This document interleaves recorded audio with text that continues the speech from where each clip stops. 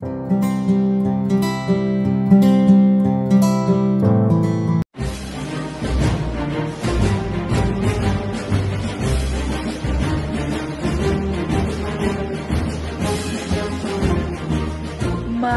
aku bangga jadi petani. Ciptaan Khairul Bahri Priyono. Indonesia tanah yang subur, pertaniannya membawa makmur, sumber pangan ketahanan bangsa, petani sehat mandiri sejahtera. Bertani adalah perjuangan, berjibaku dalam kemuliaan, melatih penuh kesabaran, karena ini perintah Tuhan. Aku mau jadi petani, aku bangga jadi petani, karena aku cinta Indonesia, Indonesia ku jaya sentosa. Indonesia tanah yang subur, pertaniannya membawa makmur, sumber pangan ketahanan bangsa, petani sehat mandiri sejahtera. Bertani adalah perjuangan, berjibaku dalam kemuliaan, melatih penuh kesabaran, karena ini perintah Tuhan.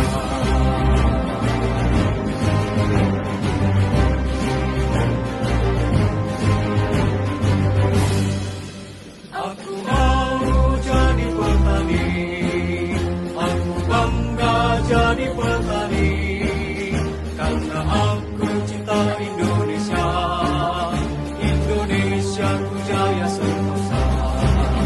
Aku mau jadi petani, aku bangga jadi petani, karena aku cinta Indonesia, Indonesia ku jaya sentosa.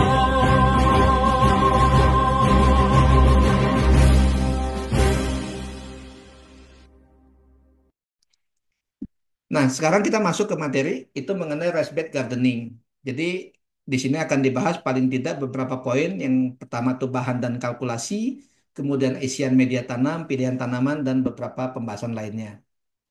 Yang pertama kita jelaskan dulu raised bed itu apa. Raised itu kan naik ya.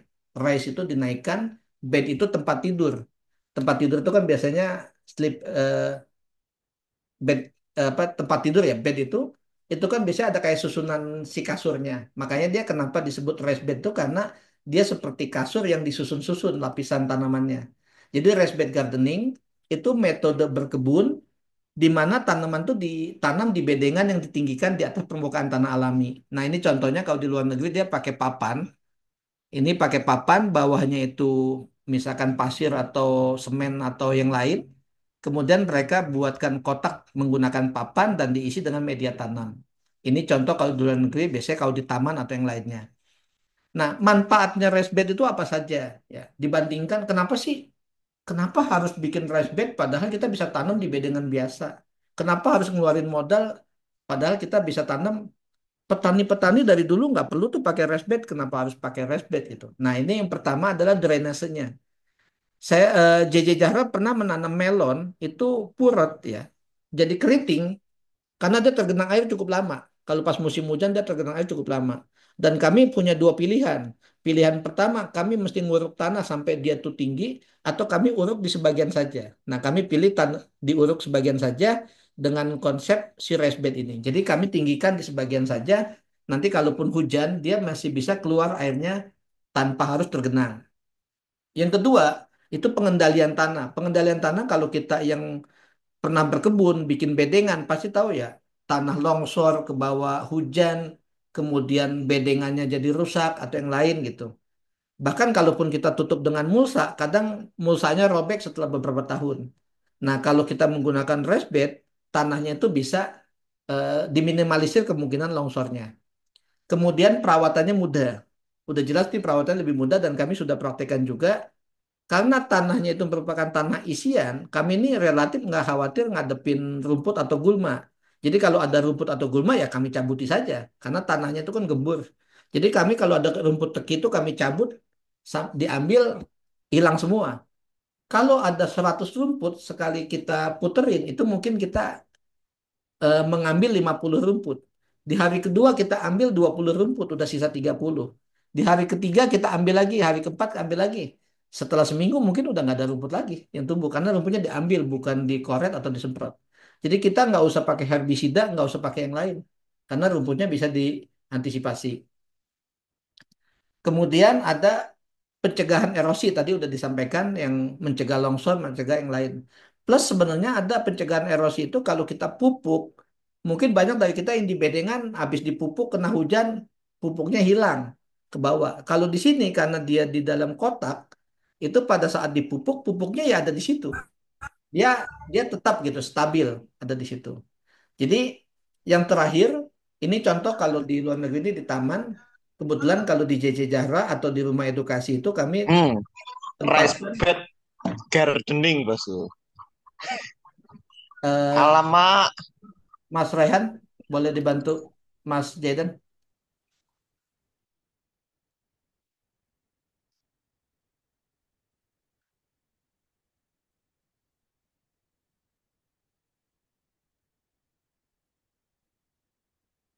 Oke, eh, saya lanjutkan ya. Raised bed itu bisa menggunakan hebel, bisa bata, bisa kayu, bisa papan, bisa aspes, bisa genteng, bisa yang lain-lain. Tadi sesuai dengan konsep mulai dari yang ada, jangan mengada-ngada. Ya. Nah, kemudian yang kedua, soal lapisan media tanam pada raised bed. Di sini ada di sebelah gambar di sebelah kanan ada gambar di bawahnya kalau di luar negeri kebanyakan mereka pakai balokan kayu.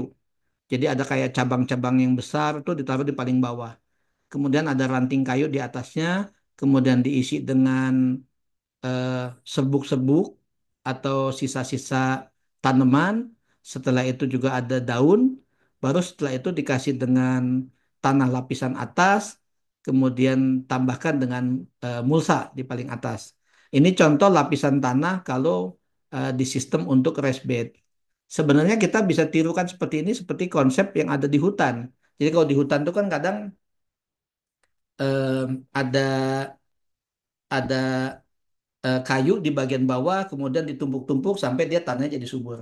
Jadi kalau di JJ Jahra, kami menggunakan lapisan paling dasar itu kadang suka ada yang tanya, apakah bawahnya dikasih plastik? Itu tidak dikasih plastik. Apakah bawahnya dicor? Tidak, karena justru bawahnya itu tanah asli supaya bisa dicangkul.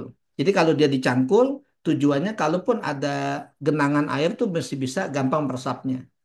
Nah, di atasnya tanah asli itu disusun dengan ranting pohon. Nah, setelah ranting pohon disusun lagi dengan daun kering. Setelah daun kering disusun dengan bongkahan tanah. Kenapa bongkahan tanah? Karena kalau kita raised bed tingginya 20 cm atau malah 40 cm, itu banyak sekali tanah yang harus kita gunakan untuk mengisi. Dan kita bisa repot buat mengisinya. Makanya buat antisipasi kami biasanya pakai bongkahan tanah yang taruh di paling bawah itu nanti dia akan lama-lama dia akan terurai. Ya. Kemudian di lapisan berikutnya itu media tanam utama. Di JJ Jahra kami pakai campuran dari kompos padat. Kompos padat tuh kohe ya atau kotoran hewan atau pupuk kandang ditambah dengan daun lapuk, kemudian ada abu pembakaran dan tanah humus bambu. Apakah harus pakai tanah humus bambu? Tidak perlu, tidak mesti. Pakai tanah yang ada saja. Tidak harus tanah daun pakis atau tanah daun cemara gitu. Ya nggak perlu. Kalau ada ya silakan. Tapi kalau nggak ada jangan mengada-ngada. Jadi kita pakai tanah yang ada. Kebetulan di kami ada tanah humus bambu, makanya kami pakai itu. Nah, lapisan paling atas sekali itu biasanya kami ada tanah yang diayak, jadi tanah yang halus. Itu ditambah dengan kokopet. Kenapa pakai kokopet? Apakah harus pakai kokopet? Nggak harus. Kami pakai kokopet karena kebetulan kami tanam melon dan media tanam melon itu kokopet.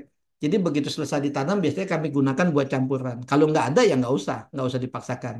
Kita bisa pakai serbuk gergaji kalau memang ada, atau kokopet, atau kalau nggak ada ya kita pakai yang ada saja. Jadi tidak tidak harus eh, mengikuti pola seperti ini.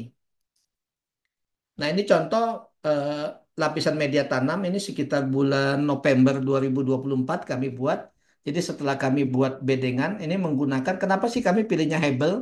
Ya hebel karena mudah didapatkan, Kalau kami pakainya kayu, kayunya gampang keropos karena tanahnya sering kena hujan, kena panas, mudah sekali keropos. Kemudian eh, Hebel ini juga tahan lama. Ya. Jadi kalau misalkan kita bicara Hebel, mungkin bisa sampai 5 tahun itu dia masih nggak berubah gitu, masih masih oke.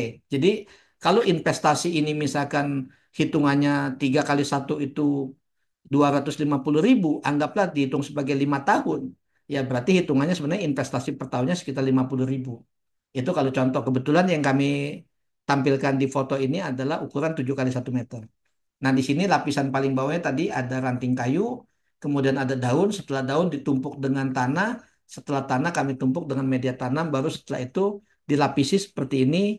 Setelah kami treatment dengan POC, itu biasanya namanya pembedah tanah, itu ditutup dengan daun-daun kering, atau daun biasa juga nggak apa-apa. Ini sebagai mulsa alami, supaya kalaupun ada mikroorganisme, dia ada dekomposernya itu menguraikan tanah ya supaya dia jadi gembur. Sedangkan kalau dia kena sinar matahari langsung kan tanah jadi panas, bisa jadi si dekomposernya itu juga terganggu. Makanya ini dikasih mulsa seperti ini. Ini biasanya dibiarkan sekitar 3 sampai 7 hari. Berapa hari yang paling bagus ya? Kami pernah nih lakukan hampir 1 bulan kami tinggalkan karena belum ada bibitnya dan itu memang bagus-bagus saja. Tapi kalau kita mau tanami paling tidak ya kisaran seminggu itu sudah bisa ditanami. Jadi paling tidak ada proses si POC-nya atau si dekomposernya itu bekerja membuat tanahnya jadi subur.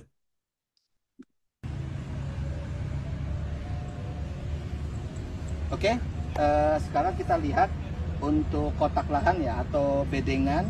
Ini rice bed modelnya, dia pakai hebel, tingginya 2 hebel sekitar 40 cm. Nah, kita bisa lihat di sini, ini adalah media tanam campuran yang sudah kita siapkan dan kita tutup. Ini sebelumnya campuran medianya itu terdiri dari kompos padat, kemudian ada abu pembakaran atau sekam bakar, kemudian ditambah dengan tanah humus bambu.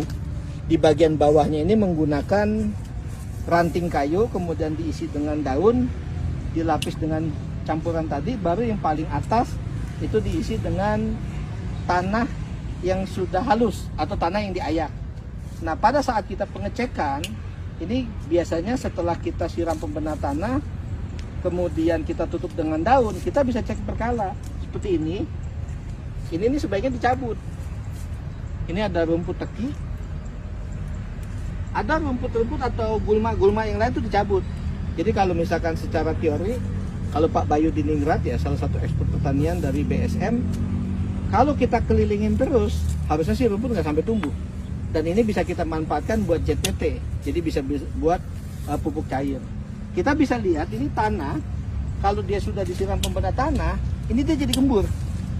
Ya, ini bisa dilihat tanahnya dan dia lembab. Tanahnya lembab.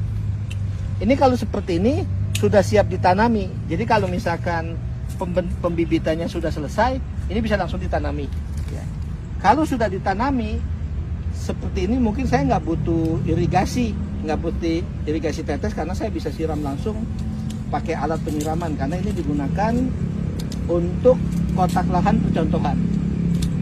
Jadi bisa dilihat di sini saya memang buat 2, di belakang itu ada bedengan-bedengan untuk tanaman yang memang sifatnya produksi massal. Kalau ini sifatnya percontohan. Nah, kenapa dibuat seperti ini? Supaya medianya tidak longsor, tidak terbawa hujan, kemudian kita bisa pastikan kesuburannya, kita bisa validasikan, nanti penanamannya kita maksimalkan supaya hasilnya juga bagus. Apakah dijamin bagus? Ya belum tentu, kita nggak tahu, bisa saja ada masalah-masalah yang lain, tapi paling tidak yang utamanya itu dari media tanam, treatmentnya dan lain-lainnya itu sudah disiapkan. Mungkin itu di sini nih panjangnya ada beberapa meter, memang dibuat memanjang supaya jadi lahan percontohan. Mungkin demikian, nanti kita share lagi perkembangannya. Sampai ketemu lagi pada video berikutnya. Salam Jejaro.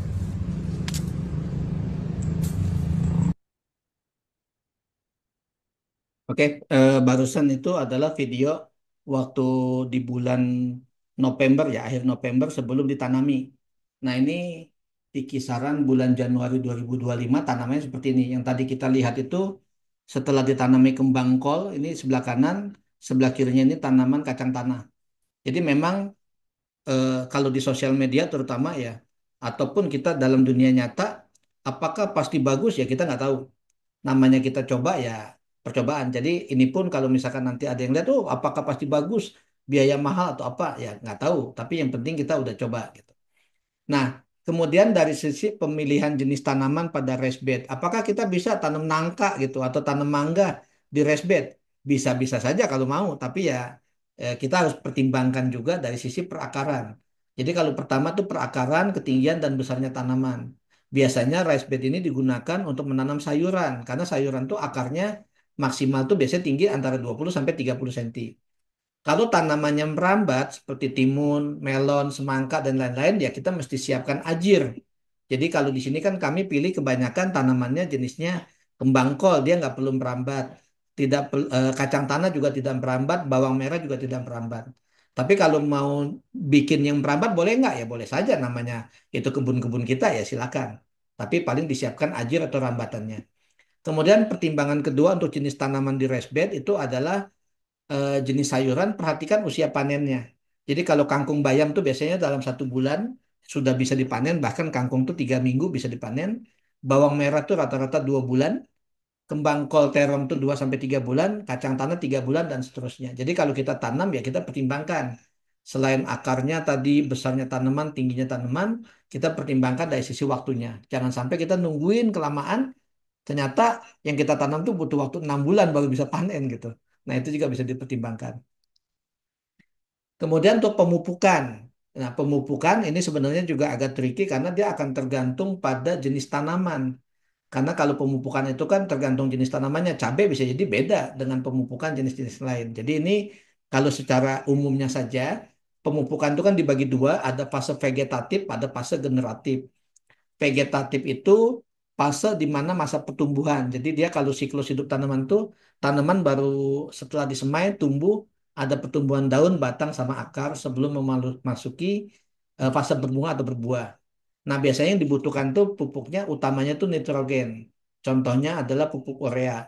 Kemudian ada fosfor itu untuk perkembangan akar yang kuat dan batang yang kuat, serta kalium untuk memperkuat batang dan meningkatkan ketahanan tanaman.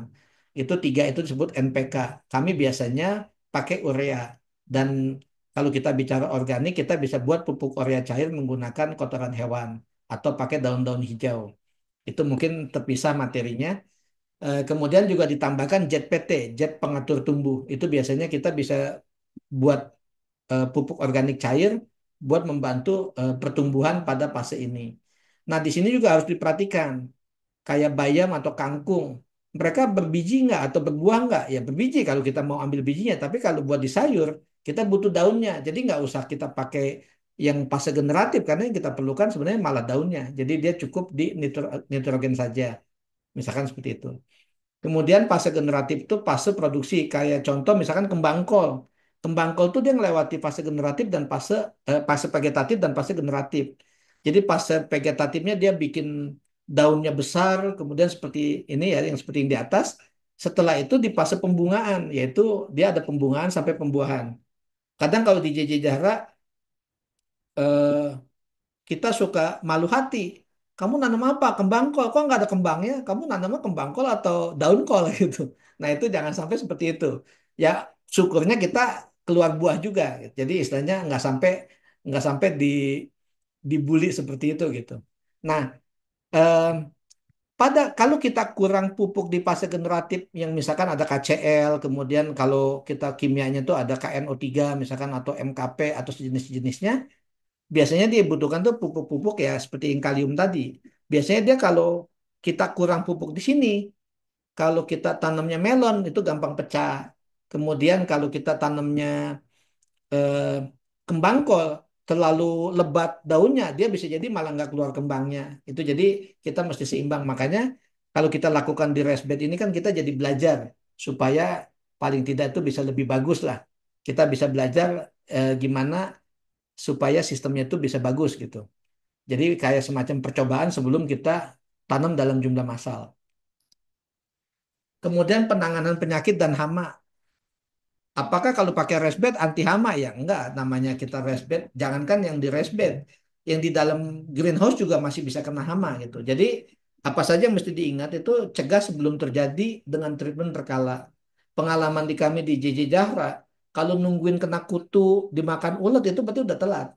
Harusnya mau dia ada atau nggak ada hama itu disemprot pakai rutin ya. Pakai anti hama itu secara rutin. Jadi seminggu sekali. Jadi tadi kita balik ke mindset teratur dan seimbang. Ya, itu teratur. Jangan sampai kita, oh iya, al imanu yajidu wa yang kusu gitu. Iman saya kadang bertambah, kadang berkurang gitu. Jadi semangat juga bertambah. Kalau lagi semangatnya tinggi, tanaman dirawat, gitu kan semangatnya hilang. Ya kalau ingat kita kita treatment, kalau enggak ya kita enggak treatment. Nah itu jangan sampai seperti itu. Jadi ada treatment terkait dengan penyakit dan hama, termasuk juga untuk pupuk. Yang kedua itu pembersihan rumput dan gulma. Kalau kita pakai raised bed, rumputnya relatif mudah, gulmanya relatif mudah, dicabuti saja itu masih bisa. Nggak usah terlalu elit, misalkan pakainya pakai herbisida itu, ya terlalu elit sih. Lebih baik kita pakai manual saja, hitung-hitung. Kalau dari guru kami itu disampaikannya, anggap aja mencabuti dosa-dosa gitu. Jadi istilahnya kita sambil nyabuti rumput itu kita ya hitung-hitung sebagai ibadah karena kita mengurangi kemungkinan hama gitu. Kemudian jangan lupa lakukan rotasi tanaman. Jadi misalkan mentang-mentang nanam kembang kol bagus, tiap kali tanam kembang kol melulu. Ya mungkin ada kemungkinan itu penyakitnya jadi hafal dia. Jadi betah di situ. Jadi biasanya memang kalau disarankan sebaiknya diganti. Nah kalau kami karena tempatnya terbatas, ya paling kami gantinya tukar-tukaran tempat. Jadi yang sekarang anggaplah ada raised bed nomor satu. Sekarang tanam kembang kol, besok kan tanamnya kacang tanah misalkan. Itu paling tidak ya sedikit banyak nggak menetap di situ untuk hamanya.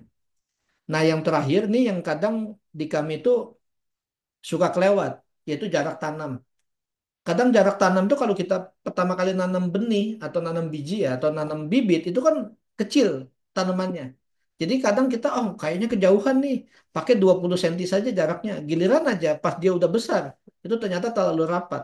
Kalau terlalu rapat efeknya kalau kayak di kembang kol itu dia tidak keluar bunga atau jadi penyakit. Jadi ada jamur, ada penyakit itu pada sembunyi di bawahnya gitu. Jadi sebaiknya kayak cabai, kembang kol itu bisa misalkan 50 cm jaraknya.